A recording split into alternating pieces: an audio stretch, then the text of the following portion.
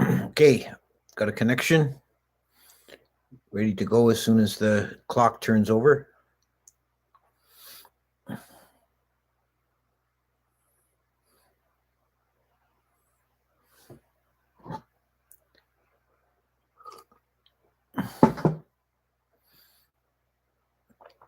Hello, Ted. How you doing?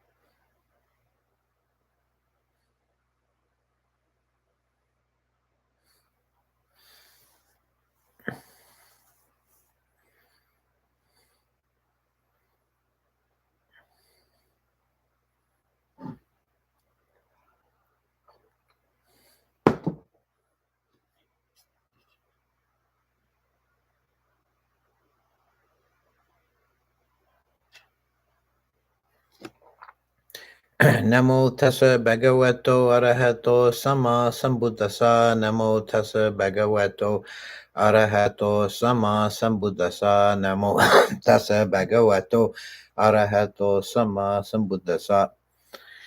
Welcome everyone to the Thursday Dhamma stream, and today we're continuing on with the contemplations that the Buddha gave to the layman Mahānāma.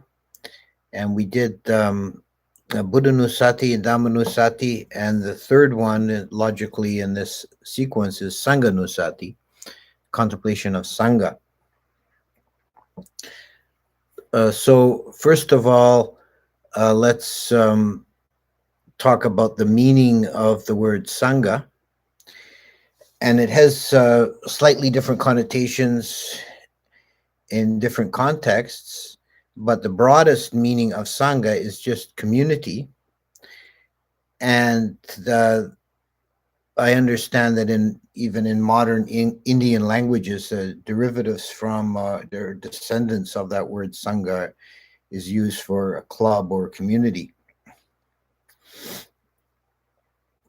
But it has a more specific meanings within the context of the Buddhist teachings.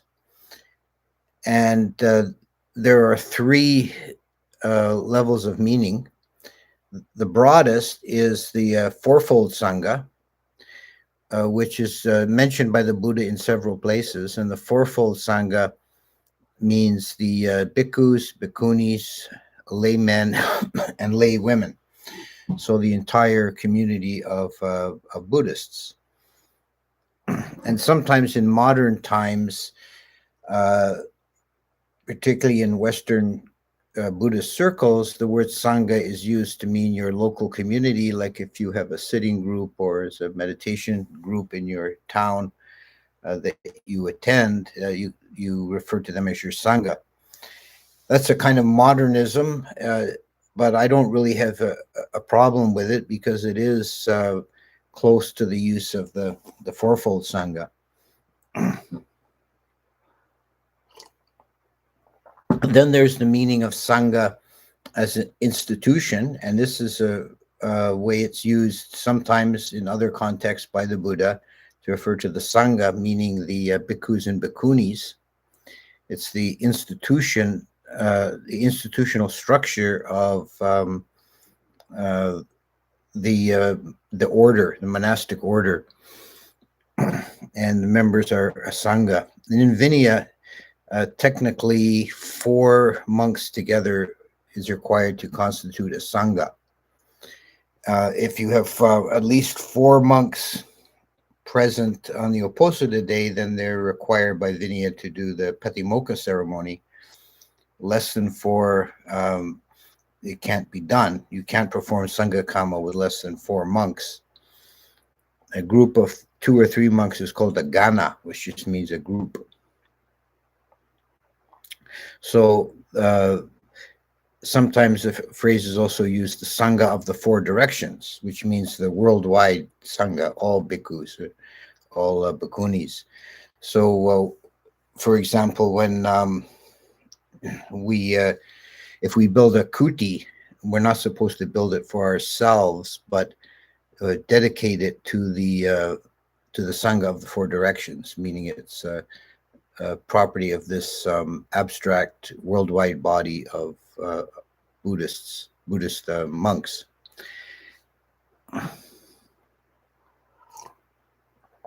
There is no really institutionalized structure. There's nothing equivalent to like the Pope in Catholicism.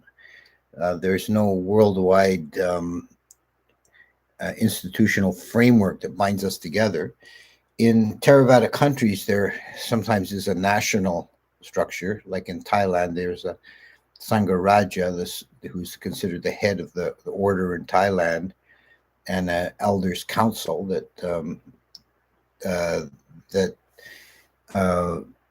he presides over, and is similar in other Buddhist countries, but there's no worldwide structure. The third meaning of Sangha is what's called the Araya Sangha, or the Noble Sangha, and this is the invisible community of all those who have attained to stream entry or higher in the world. So this would include some laymen and some monks, and it's not a group that can be identified or defined, but who's ever attained to any stage of awakening is considered a member of the Arayan Sangha, the Noble Sangha. And the the contemplation of Sangha as following the same formula as the first two contemplations of Buddha and Dhamma, the contemplation of Sangha is done by contemplating the attributes of Sangha, and due to the internal evidence of the chanting itself, we can see that what is meant is the Arayan Sangha. The ordained Sangha, the bhikkhus and bhikkhunis,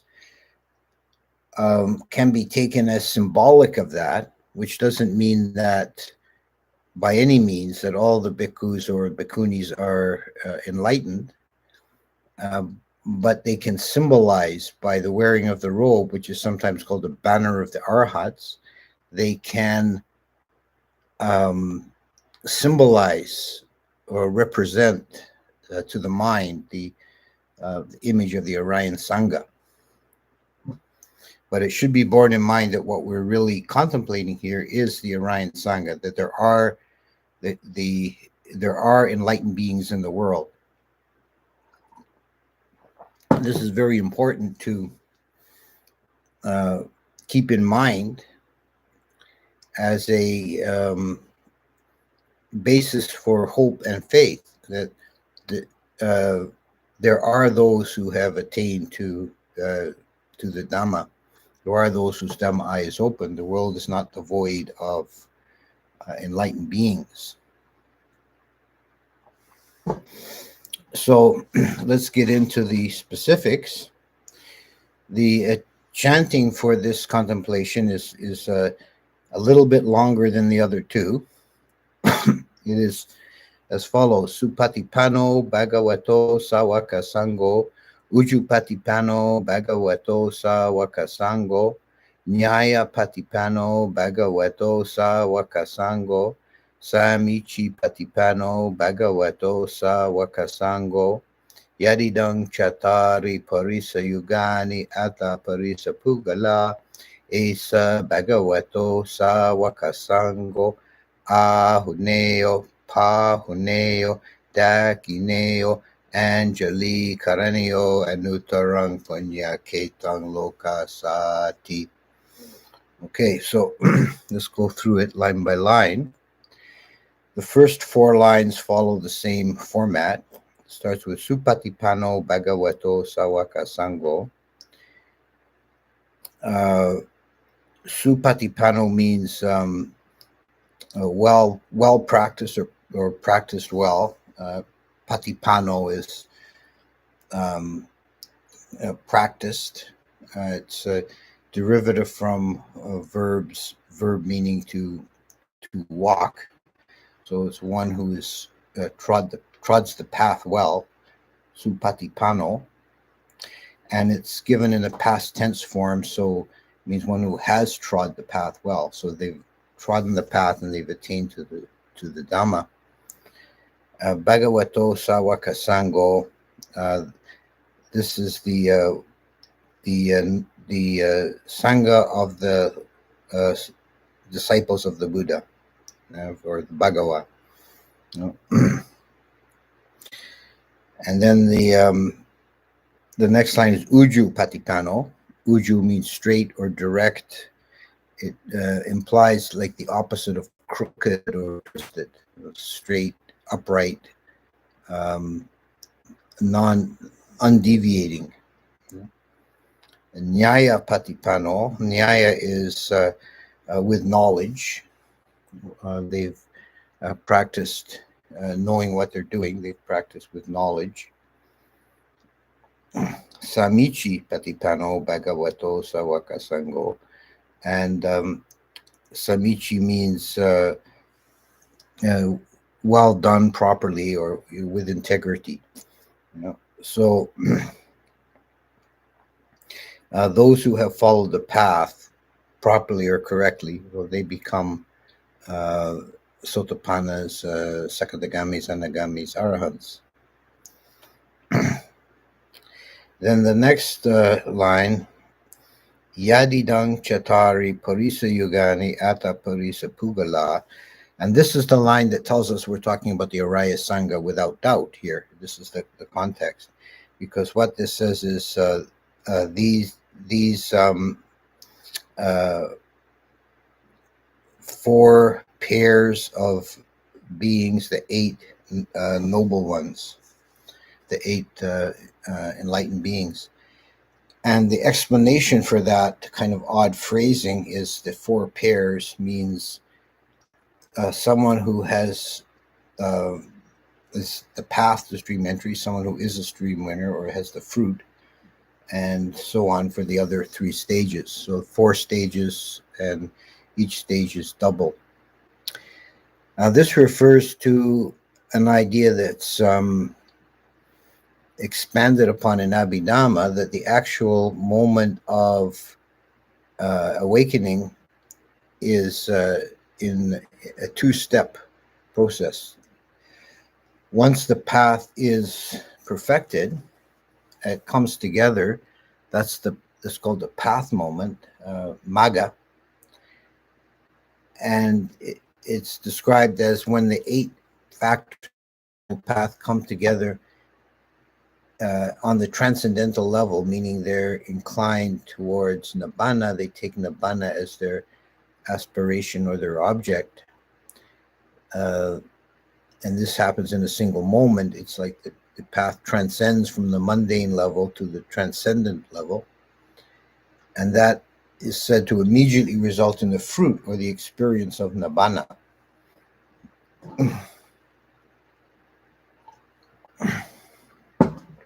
So the path moment is considered the last comically effective moment in the sequence, and the fruit moment is considered to be a resultant moment.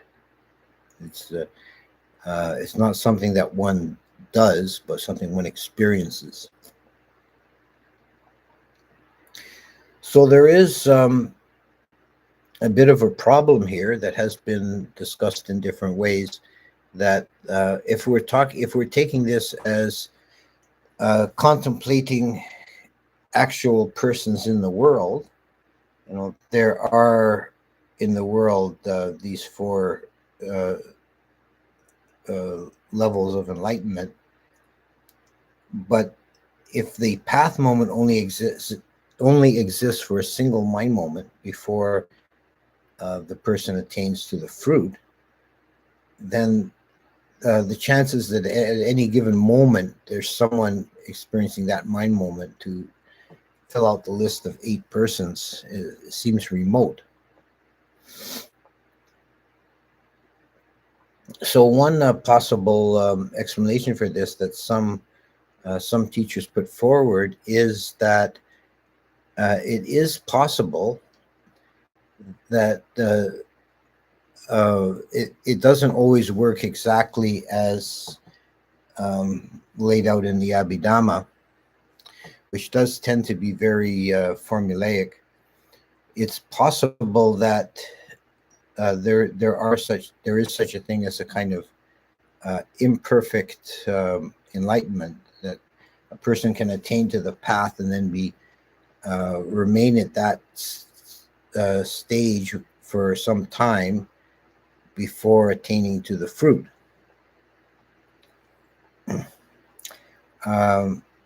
Another explanation that some would hold who want to maintain the literal interpretation of the Abhidhamma is that what we're referring to here is not path moment, but just someone who's practicing for the next stage.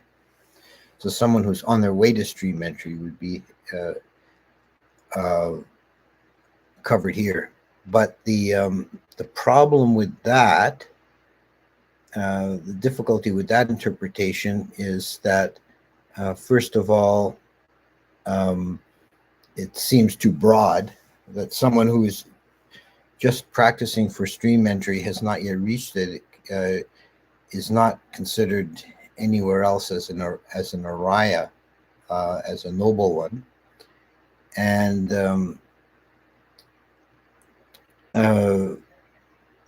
the other problem with that would be in the intermediate stage. If someone who's attained to stream entry, are they then considered to be on the path to Sakadagami, or are they considered just as a stream winner? So this line in the short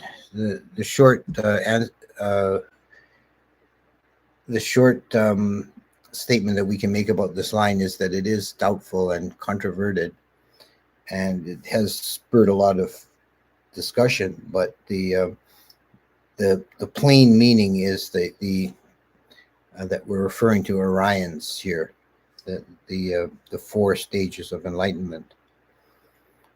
Esa Bhagavato Sawaka Sangho, that just says these are the noble ones, the disciples of the Buddha. Then there's a line,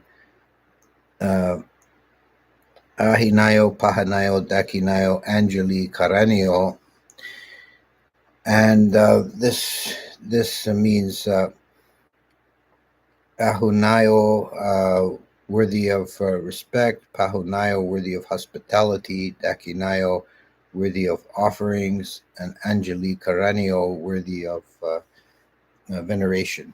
This is Anjali, right? So Anjali Karanyo is, worthy to be honored. And the final line is Anuttarang Punya Ketang Lokasati, which means the unsurpassed field of merit in the world. Punya Ketang. Punya is merit, Ketang is field, like the common usage of that is like a farmer's field. And the meaning here is that the offerings made to the noble ones are the especially meritorious offerings. It's said that, for example, a gift of food to an animal produces a merit 100-fold. Gift of merit to a virtuous person yields merit 1,000-fold. Merit given to, or food offered to one who is practicing the Dhamma is increased 10,000-fold, and offerings given to an Orion are incalculable in the merit. And the Buddha also said that an offering made to the Sangha is more meritorious than an offering made to the Buddha himself.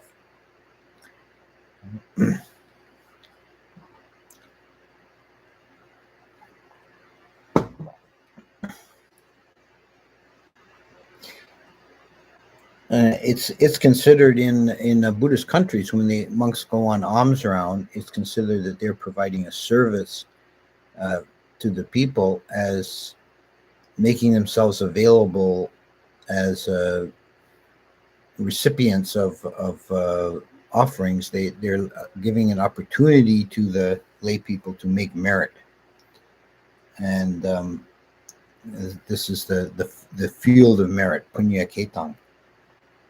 It's like you're sowing your seeds. When you do a virtuous act, such as an act of generosity, then you're making merit, you're making positive karma for the future by like sowing seeds in the ground.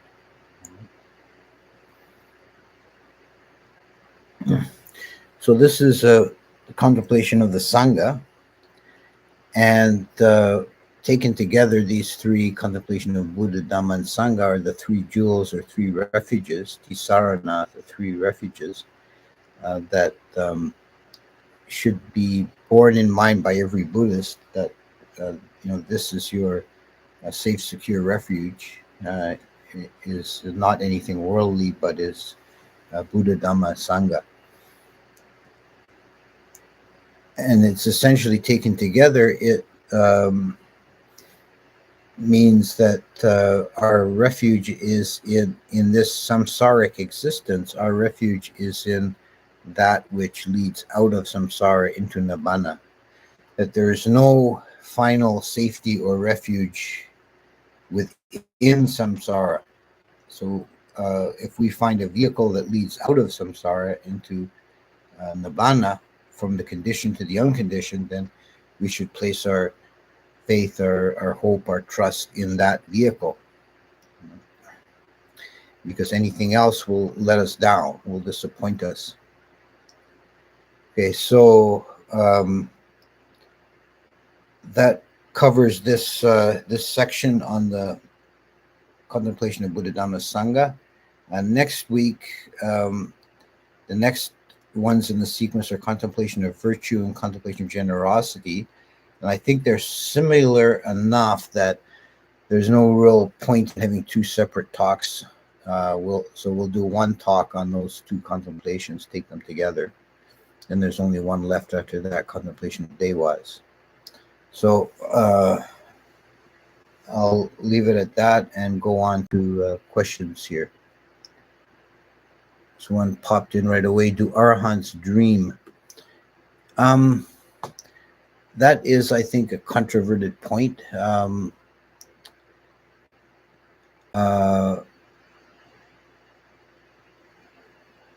There is in the Pali Canon, there are some accounts of the Buddha having prognostic dreams before he was enlightened, but there's no mention of him dreaming after he was enlightened. So it's uncertain.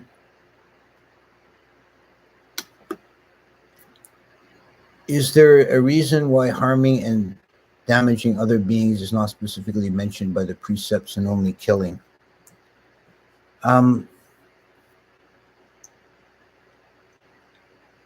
Well, it's considered harming and damaging living beings is considered to be a lesser violation of first precept. The first precept is stated as destruction of living beings, but it's always been considered to include as a lesser breach of the precept, to hurt them physically, to damage them.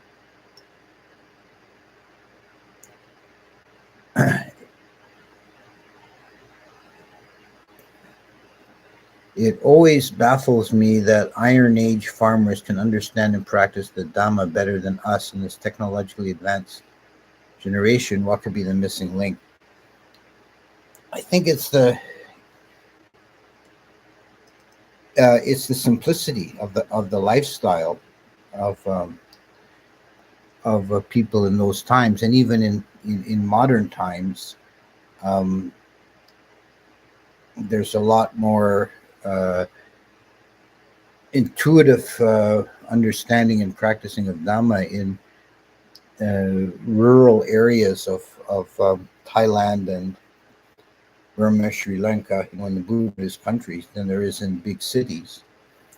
I think that the complexity of life makes it more difficult to see directly into the reality of the Four Noble Truths. We have so much more to distract and confuse us, bewilder us in the technologically advanced civilization. But when you're a simple farmer with an ox and a plow, you're close to natural reality all the time. That's why the forest tradition, likes to live away from cities. A simple question this time, Ajahn. When, if ever, should Sangha be criticized and how to go about it? Or should one be silent and put criticizing down to a fault-finding mind? I take it by this question that you're referring to the Sangha as to the ordained Sangha. Certainly, individual monks can not be above criticism. We're all human, and unless one is an arahant, one's going to have failings of some degree or other. There is a kind of a institutional way for the laity to bring the monks to account, is to withdraw alms from them. This is actually happens in the Buddhist time, in the I'm trying to remember, the Kasambi, in the monastery of Kasambi, where the monks were quarreling, and the Buddha was staying there, and he got fed up by their constant quarreling with each other, and he left. And the lay people in their local village were upset because they'd lost the presence of the Buddha due to the misbehavior of the monks. So they stopped making offerings to the monks until they corrected their behavior. The way that the Vinaya is set up, the monks are dependent on the lay people for their daily food. And I think this is very deliberate, that the monks cannot escape from interaction with the larger world in that way. But you should also be, as you say in the second part of your question, you should also be aware of your own, the possibility of your own falling into nitpicking and fault finding.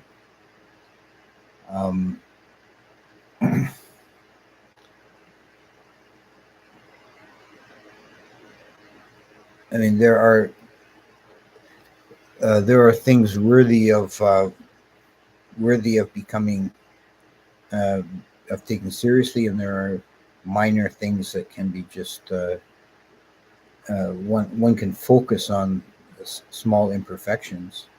Now, this is not just referring to the Sangha, but even in our own families and friends. You should avoid a kind of unrealistic perfectionism. How is the Sangha affected by platforms like YouTube and the pandemic? Is there too much pressure on monastics to provide teachings online? Well, I know a lot of us are doing this now, doing some degree of teaching via the internet, and it's the use of a modern technology, I think, that is positive and beneficial. It was started when it became difficult for us to teach in person due to these horrible lockdown policies and things. But I think most of us find it a useful vehicle and will continue in any case. It's just another way of teaching. It's like um, when printing was invented, it was possible to then distribute written teachings more widely. Now we have this new technology with the internet streaming. It's just another vehicle for teaching. Bhante, after meditating, I literally see everything as tilakana all day, every day. When I move my finger, I see Anisha Dukkha Anatta. I am disenchanted from everything these days, and it's been a long time now, and it's getting more and more prominent. I only find happiness in jhana these days. I just urge to go to the forest and meditate for the rest of my life. Am I getting crazy, or is there a term for this? In Buddhism, am I on the right track? Yeah, I think you're doing well. It sounds like you've had some good insight, and you're experiencing some nibbida, disenchantment with samsara. Just stay at it and try and find an equanimity in that. That's a very important aspect at that stage, is to try and be at peace and just observe the three characteristics without um, without judging, not letting yourself fall into even a subtle aversion, um, but just seeing through it. So good on you. It sounds like you're doing well. Question, Namaste. What work or practice will the Arahants have to do to become Buddha? Well, an Arahant is not going to become a Buddha. That's the end of the road, is Arahantship. To be a Buddha is a separate track of development, and it's a very rare one, at least as understood in Theravada. So when someone attains to stream entry, they're already not going to become a Buddha, because the stream entry only has 7 more lifetimes to go, and then becomes an Arahant. The penetration into Nibbana is the same for both an Arahant and a Buddha, but the Buddha has additional powers because he has perfected the paramis, but it's an extremely rare development to become a Buddha. If you harm one to protect another, am I creating bad karma?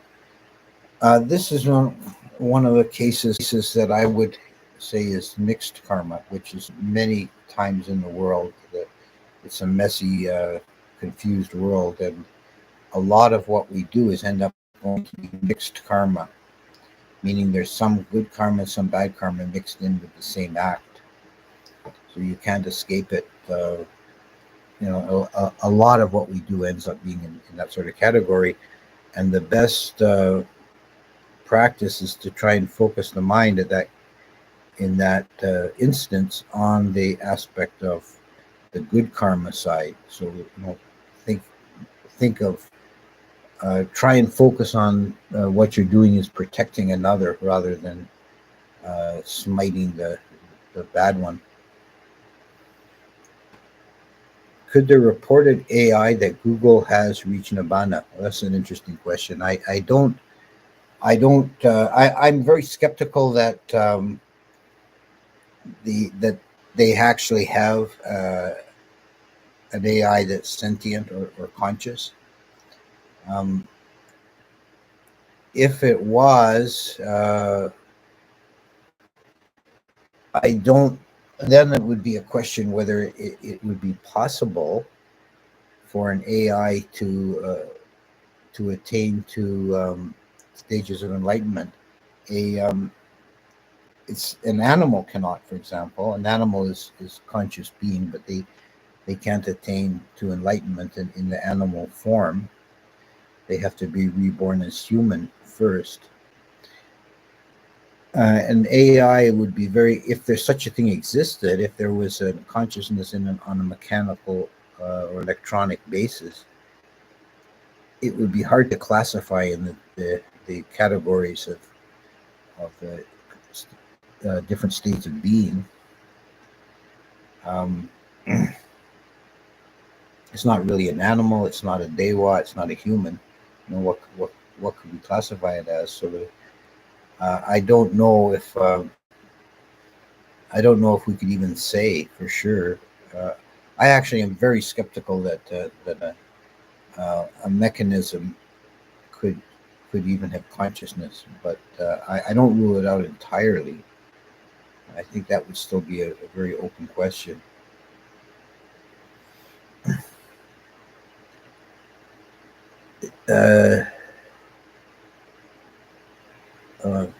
Did the Buddha speak about how humans would progress and there are more and more things to move us away from the Dhamma? Well, the prediction made by the Buddha and in the commentaries is that the Dhamma will decline over time, and it makes some sense just in this consideration that at the time of the Buddha, there would have been a lot of highly advanced beings born in that time, because one would have to have a great deal of merit to be born in a time and place where one can actually see and hear a living Buddha. So many thousands of them attained arahantship, and then now they're out of the picture, you know. And in the next generation, there would be, you know, the second run of beings would not be as highly advanced as the first, and each generation would be declining in that way until we're just left with the dullards and laggards that couldn't make it up till now. And at some point in the future, the Dhamma will die out altogether. And then there'll be a dark age for a long time before another Buddha arises. Is the Buddhist Sangha susceptible to outpouring of hidden stories like those about the priests in the Catholic Church, or is the wall of silence in the Sangha inherently better? I don't think it's a really comparable situation, because in the Buddhist Vinaya, if a monk commits sexual intercourse with anyone, you know, a man or woman, boy or girl, animal, whatever, they're immediately disrobed. They cease to be a monk. So there's no, like, one of the problems I think with the Catholic Church is they have to some degree ethic of forgiveness, that if a priest is caught misbehaving, they may have some internal discipline, but they forgive him and they let him remain as a priest. Whereas that doesn't happen in Buddhism. Which isn't to say that there haven't been, from time to time, there haven't been bad monks who misbehave one way or another, and then it wasn't revealed. But it was not because there's some kind of wall of silence. It's their own, you know, their own malfeasance, their own dishonesty. And if they are exposed, they're expelled from the Sangha immediately. So certainly no one is claiming that all the monks in all time have always been perfect. There have been in Thailand, there have been some very prominent, well-publicized cases of misbehaving monks that were expelled from the Sangha. So there is a self-correcting mechanism in the institution. Would killing someone who has some level of attainment have exponentially greater calming effects? Yes, the same manner as giving something does. Yes, doing any harm to enlightened being uh, is worse karmically. There's a story in the Sudimagga about a monk and a novice going on alms round, and the monk was elderly and he had some kind of a stomach problem. So before they finished the alms round, he sat down on a log and ate a bit of rice out of his bowl.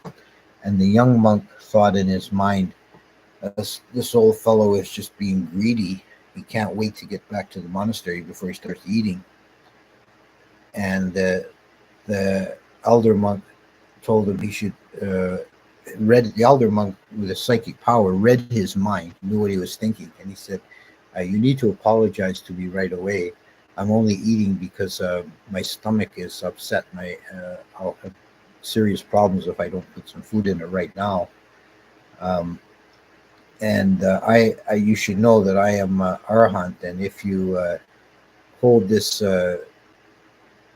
negative thoughts about me, just a thought, right? You hold these negative thoughts about me that will prevent your own attainment to stream entry. So you'd better apologize and stop that wrong thinking.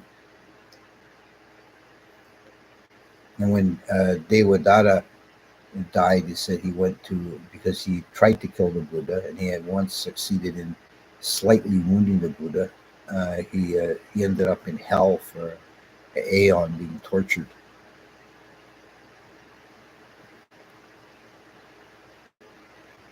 And Nutarang Punya Ketang, can the meaning be always cultivating wholesome qualities like paramitas, Ajahn? No, that doesn't work. I don't think that's the meaning. That the Ketang is a field. Punya is merit. So, and it's a compound, so it means field of merit. And Nutarang is unsurpassable, best. Why is Vijnana in both lists 6 elements and 5 aggregates?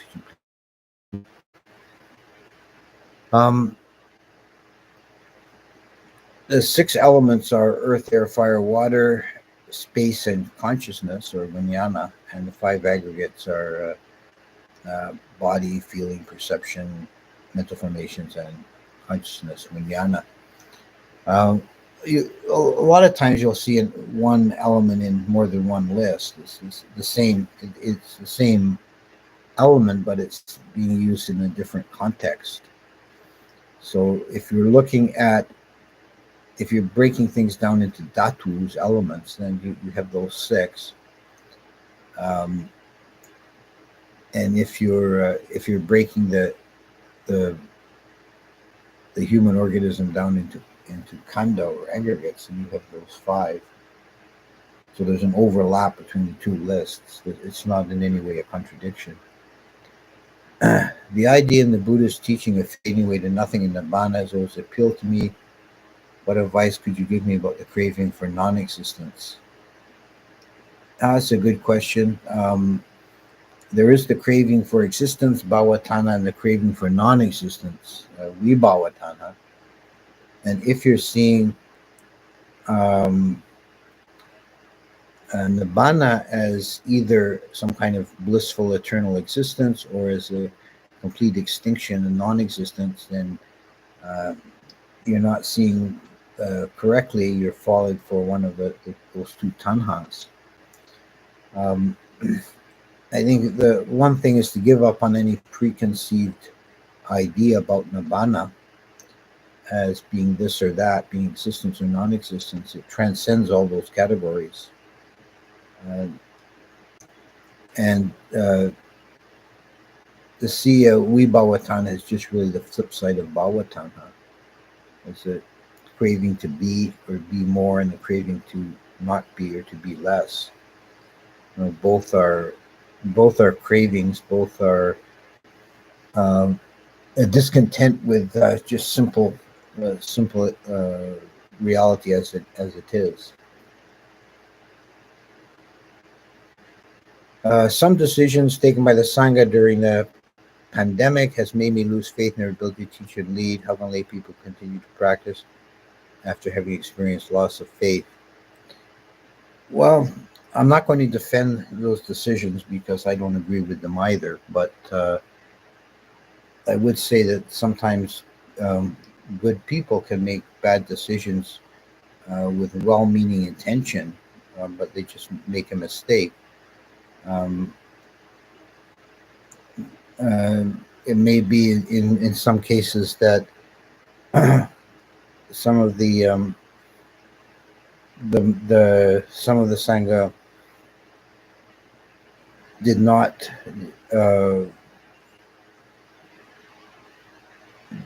did not have the worldly knowledge to really judge the situation, and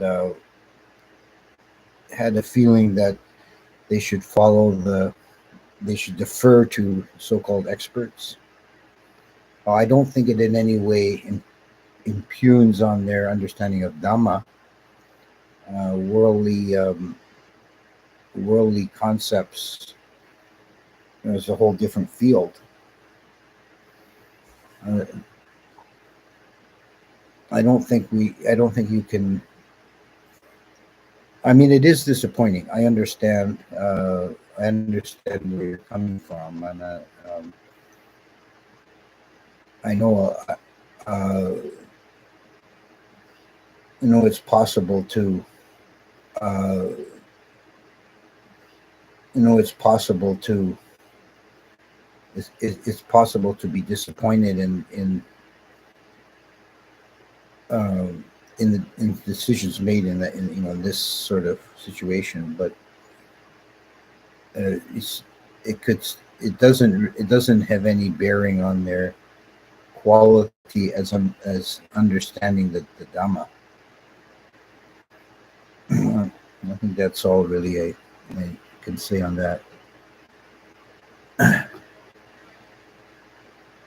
When reading a Tipi So each day, should it be said aloud or is it okay to read silently? Well, either way, I mean, chanting out loud is good. It's a good practice, but if you're in a situation where you don't want, you know, to disturb other people, it's fine to do it silently. I think there's some benefit to be gained from chanting out loud because you're kind of engaging more of the body-mind system. Should I contemplate all of these things before meditation? Just finally applying right effort and right intention and banishing more often negative thoughts really adds to happiness significantly. Yeah, that's good enough. If you, I mean, I'm not saying that one needs to do all these contemplations all the time, every day. That there are tools in your toolkit, things that can be useful, and they're good to do in a more focused way from time to time.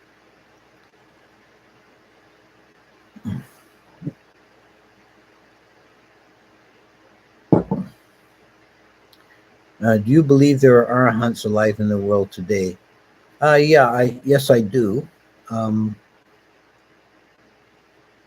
I think they're exceedingly rare, but I don't think the arahants are non-existent at this time.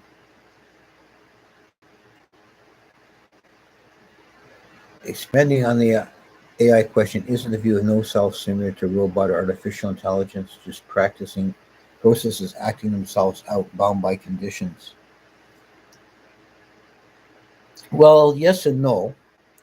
The difference is that consciousness itself is inherently non-algorithmic. There's no, and I think this is the uh, strongest philosophical support for the idea that uh, against materialism, that there is such a thing as or such a process as mind that has nothing to do with matter. Well, I'm not saying nothing to do with matter. It interacts with matter, but it's not caused by matter. Because you can't reduce consciousness simple knowing to an algorithm. You just know. You just have experience. And this is why I'm skeptical of artificial intelligence being conscious, because a machine isn't inherently bound to follow an algorithm. Now there may be some. I still have some open-mindedness on the question, because there may be some possibility with quantum computing where you have more than one state operating simultaneously. That there may be some non-algorithmic process creeps in there, but no matter how many connections you make in a standard computer, it always just follows a linear algorithm. There's no possible way for it to do anything else. So I'm very highly skeptical of consciousness being able to occur in that environment.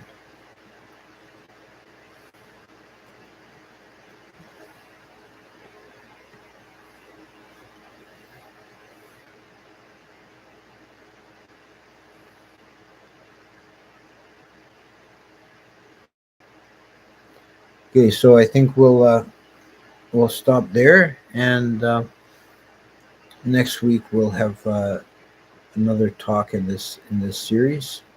We'll do, as I said, we'll do the two contemplations of generosity and virtue together. Thank you.